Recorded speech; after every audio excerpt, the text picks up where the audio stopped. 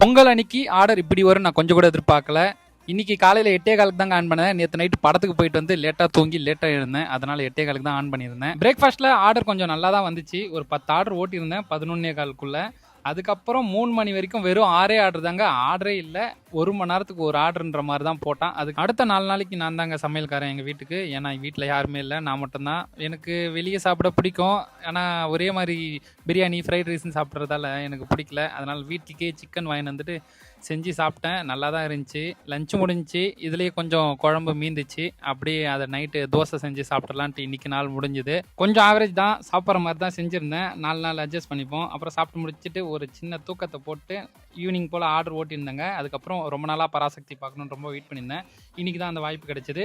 படம் பார்த்து முடிச்சுட்டு பிலாலில் எப்பவும் போல் ஒரு டீயை குடிச்சிட்டு வீட்டுக்கு வந்துட்டேங்க. இன்றைக்கி 30 ஆர்டர் ஓட்டியிருந்தேன். இன்னியோட இன்கம்மை வார கடைசியில் காட்டுறேங்க. அதுதாங்க பாய். இன்றைக்கி நாள் ரொம்ப நல்லாவே முடிஞ்சுது.